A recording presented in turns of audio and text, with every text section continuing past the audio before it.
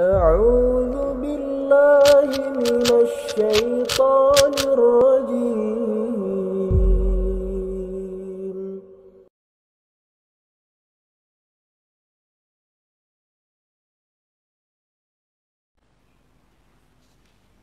Bismillahirrahmanirrahim. Alhamdulillahirabbil alamin. Wa bihi nasta'in ala umurid dunya waddin. Asyhadu an la ilaha illallah wa asyhadu anna Muhammadan abduhu wa rasuluh. Allahumma salli ala Muhammad wa ala ali Muhammad. A'udzu billahi minasy syaithanir rajim. Bismillahirrahmanirrahim. Sa'ala sa'ilum bi'adabin waqi'. Lil kafirina laisa lahu dafi' minallahi dzil ma'arij ta'rujul malaikatu warruhu ilaihi fi yaumin kana miqdaruhu 50 alfasana fasbir sabran jamila innahum yarawnahu ba'ida wa narahu qariba. Surat Al-Ma'arij, surat yang ke-70, ayat pertama sampai seterusnya. Bapak dan ibu-ibu yang berhadir, setelah selesai kita memahami surat Al-Haqqah, surat yang ke-69, di mana ujung surat berbunyi wa innahu lahaqqul yakin fasabbih bismi rabbikal azim.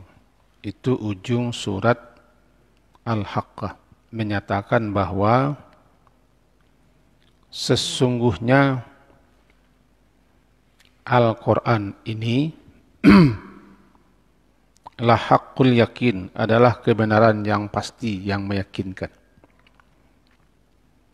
Apapun tuduhan, tudingan,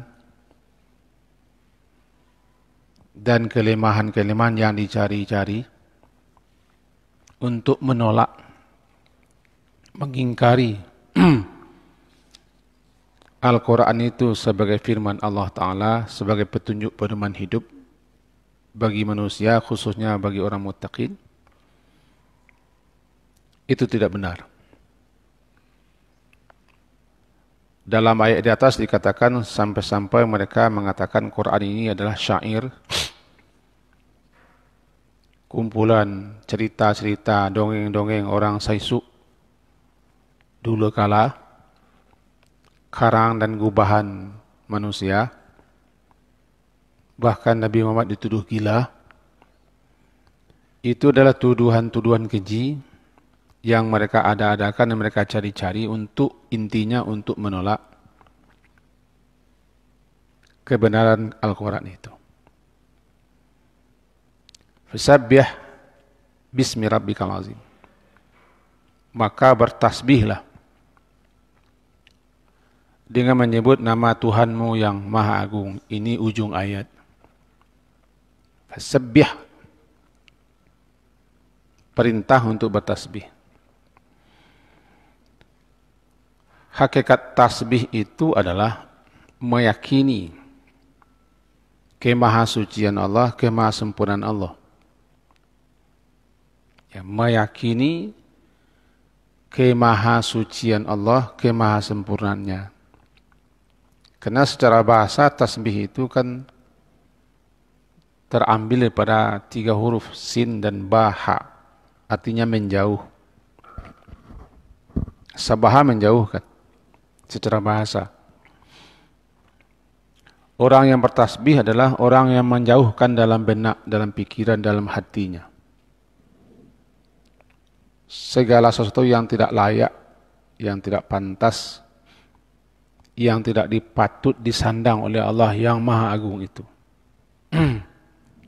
Meyakini bahwa Allah itu terjauh, terhindar, terlepas, terbebas dari hal-hal yang tidak layak disandangnya.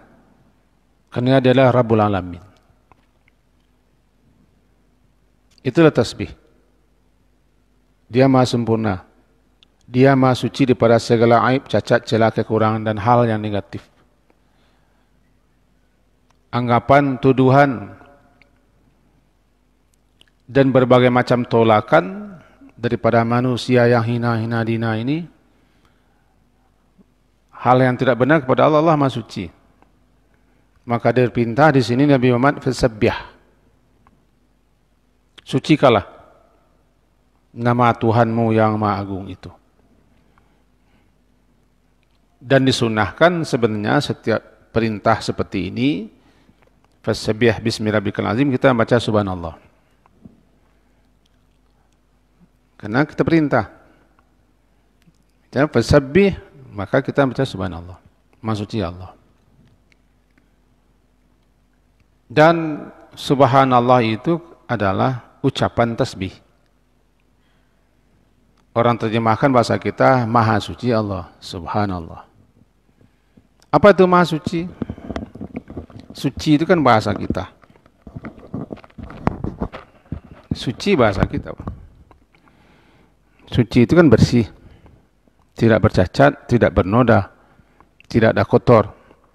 Juga tidak ada aib, tidak ada celah, tidak ada kekurangan, suci. Kenapa dia maha suci? Dia sempurna. Maha sempurna dia.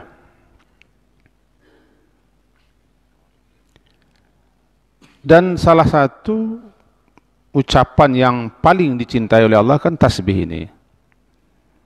Ada 4 kalimat yang sangat Allah cintai untuk sering-sering kita baca, sekaligus kita pahami dan kita hayati, serta menjadi pegangan kita.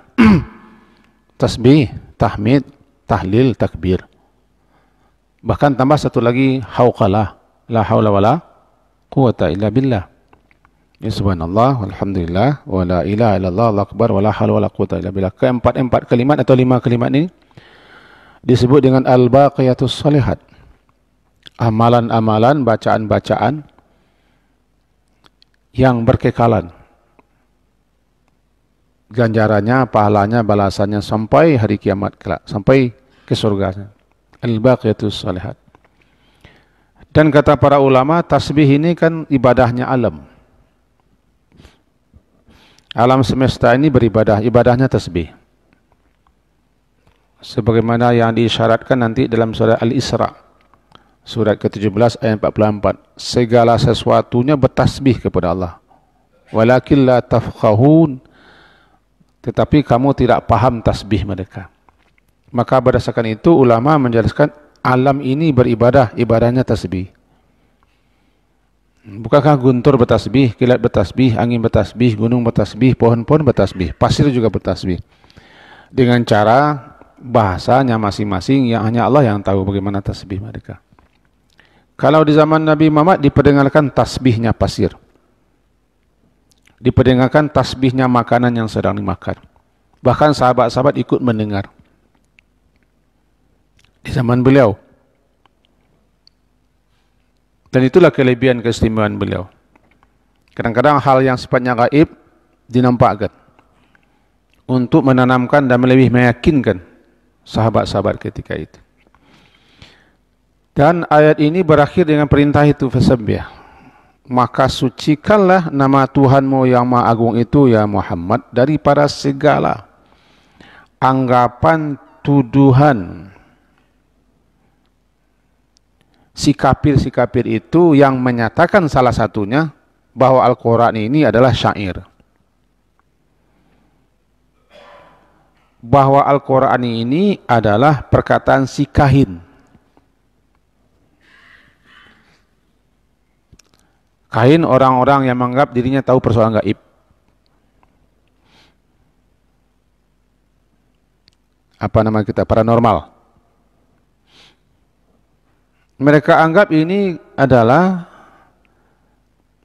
ucapan si kahin, ucapan si paranormal. Maka sucikanlah nama Tuhanmu yang menurunkan Al-Quran ini yang mereka anggap seperti itu.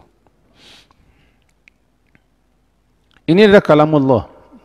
Kan sampai bersumpah dia dalam ayat lampau. Sumpah Allah ayat lampau menyatakan fala uqsimu bima tubsirun wa ma la tubsirun. Innahu laqaulu rasulin karim. Kira-kira begitu penutup ayat. Termasuk tolakan mereka, pengingkaran mereka dan penentang mereka, berita yang disampaikan Al-Quran, yang dibacakan Nabi bahwa nanti satu saat akan terjadi kiamat dan akan ada hidup kembali, ada namanya akhirat, hisab, pertanggungjawaban, sidang pengadilan. Masing-masing kita akan ditanya dan akan diberi balasan. Lalu berakhir di surga. Kalau tidak mau ke sana, di neraka. Ini berita Al-Quran yang disampaikan Nabi. Bagi yang mengingkari, bagi yang menentang, bagi yang mentah, bagi yang tidak percaya, tunggulah siksa yang Maha Kuasa itu datang.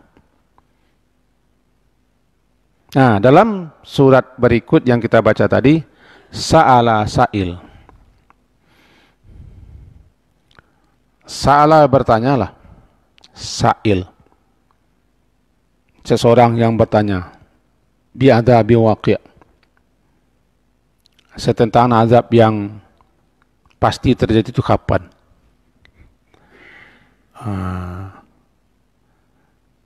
Dalam istilahnya namanya istihza ini. Ini olok-olok mereka.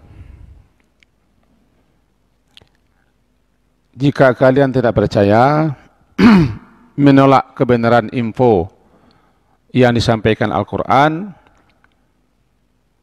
bahwa bagi pengingkar, bagi penentang-penentang yang menolak kebenaran Al-Quran, nanti Rabbul Alamin yang menurunkan Al-Quran itu akan memberikan sanksi, hukuman, azab, siksa bagi kalian. Kalau kalian masih tetap seperti ini, tampillah beliau yang buruk-buranga, beliau tampil. Tampil menentang, sebagaimana diterangkan di sini, ada dua tokoh utama di tanah Makkah itu. Tokoh utama kaum kafir Quraisy Makkah itu. Salah satunya namanya Nadar bin Haris bin Kildah. Nadir bin Haris bin Kildah menyatakan, kalau memang ada azab itu kapan? Muhammad, kalau ada siksa, ada azab, ada bencana, kapan? Mana azab itu? Menentang dia. Dia bertanya bukan untuk minta dijawab, tapi istihza. Sifatnya mengolok. Sekaligus menentang. Sebagaimana juga Abu Jahal pernah mengatakan hal yang sama kepada Nabi Muhammad.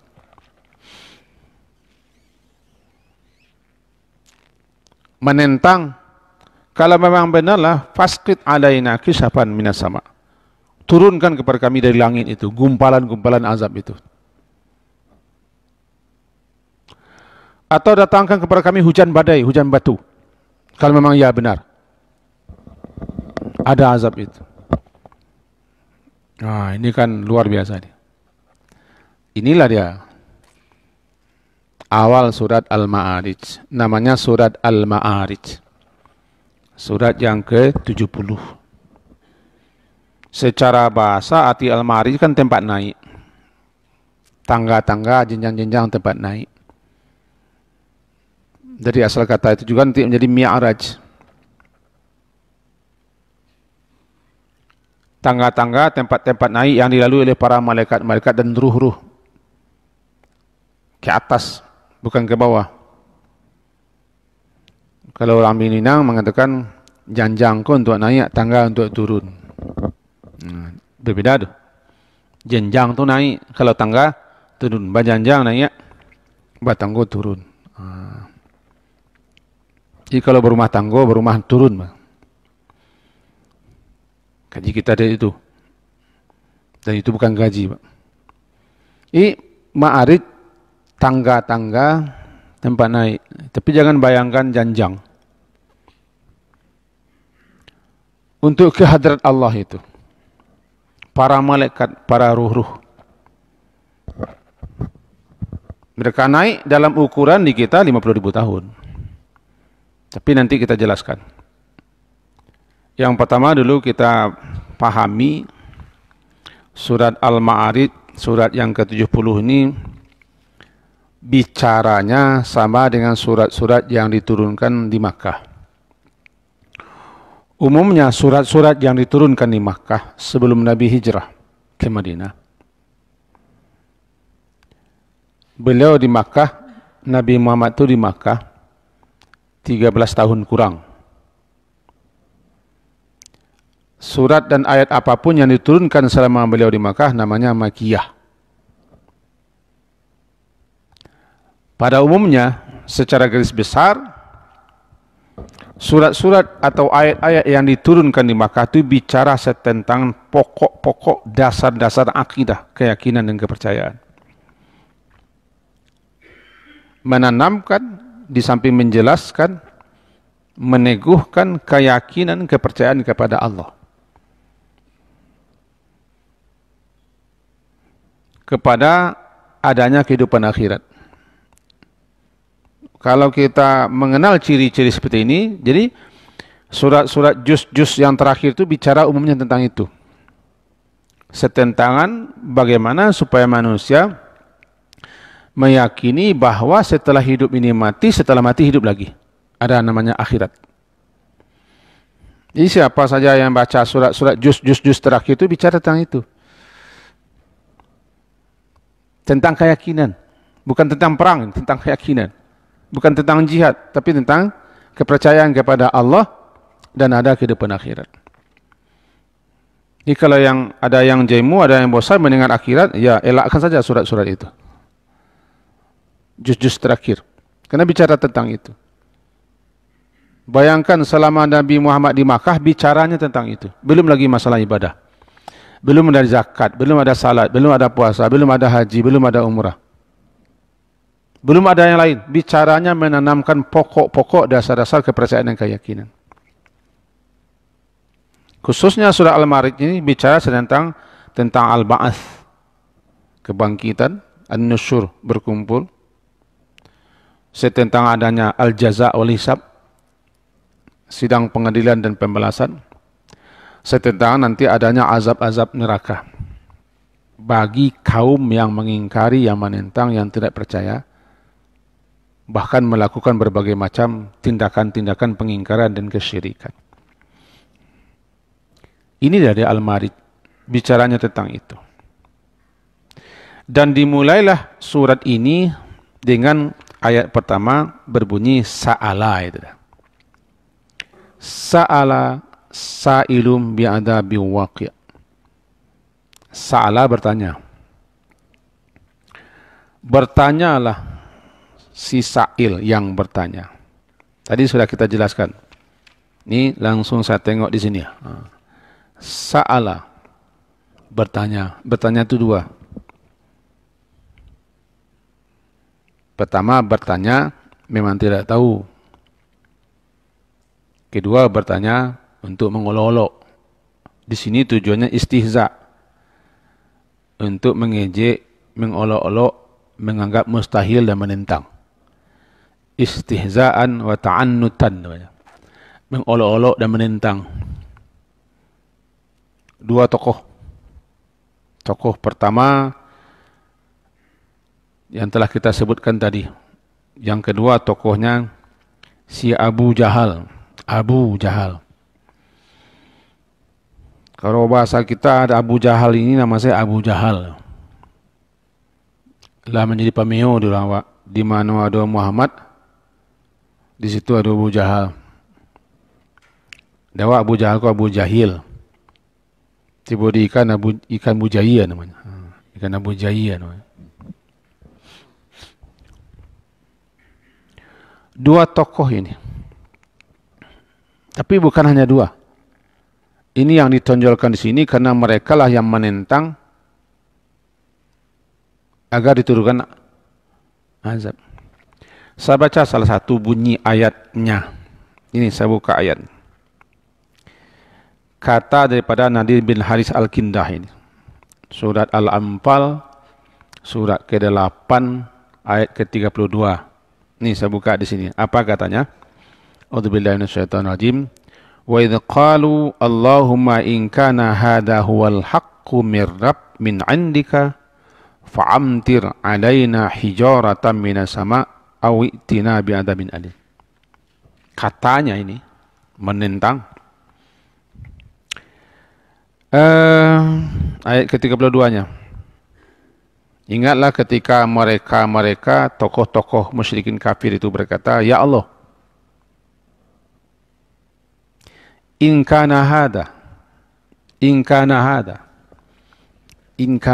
jika adalah ini." Ketika itu kan masih belum dibukukan. Masih berbentuk tulisan-tulisan yang ditulis di pelepah-pelepah, di kulit-kulit, di tulang-tulang. Tapi dibaca oleh Nabi. Ini kalau saya misalkan inkana, jika adalah ini Al-Quran atau ini bacaan yang kami dengarkan daripada Muhammad itu. Huwal haqqu, adalah hak benar ini, min indik, turun daripada sisimu, datang daripada sisimu, Al-Quran yang dibaca si Muhammad ini.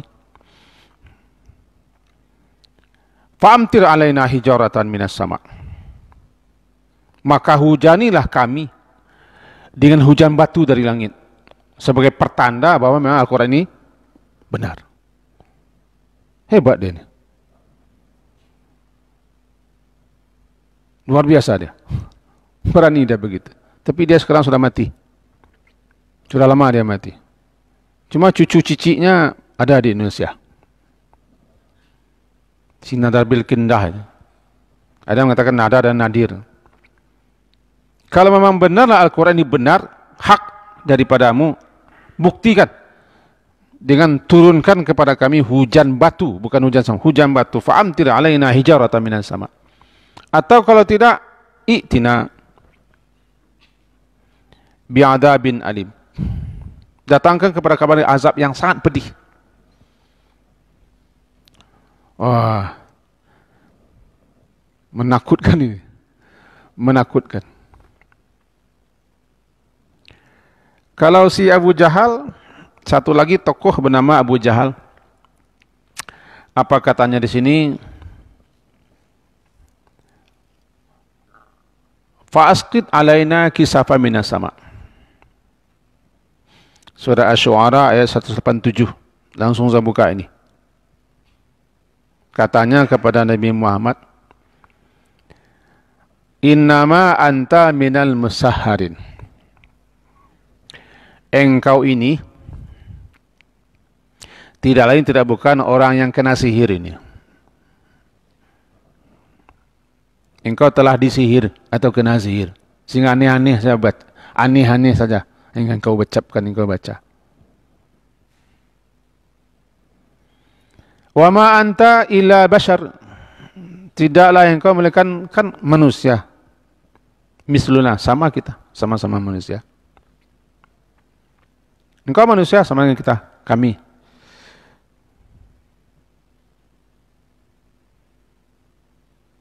Dan kami yakin, wa inna zunnuka limanil kazibin, kau termasuk orang pembohong ini.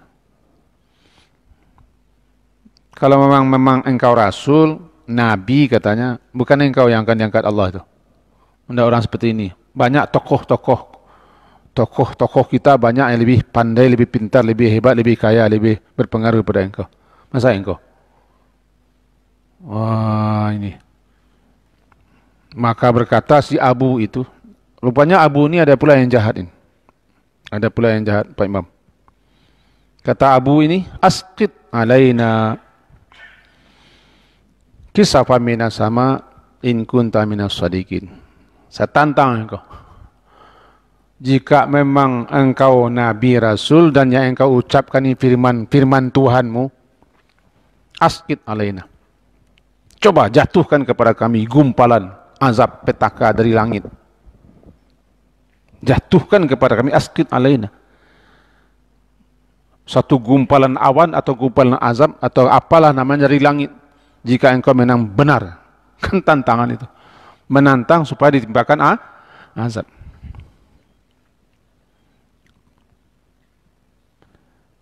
Tapi terpancing ke Allah. Oh, Allah itu kan bukan kita, bukan bisa dipancing-pancing seperti itu.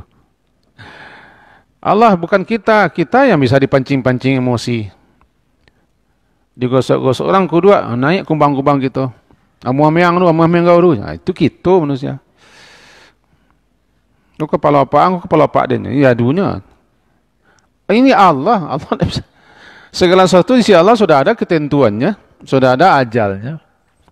Bagaimanapun mereka menggereng-gerengkan minta azab, dia siapalah mereka itu. Coba bayangkan daripada tu bumi aku satitianya. Senginyi bumi aku. Bumi aku satitia di antara miliaran bintang planet, bumi kecil. Di bumi itu beliau tagak surang. Mencolongak lo kata, ma azab tu. Kalau ada azab tu manyok. Begitu. Siapa janji ya kan? Ya begitu. Kan dalam surat Al-Muluk kita disuruh mendongak ke langit sampai 3 kali.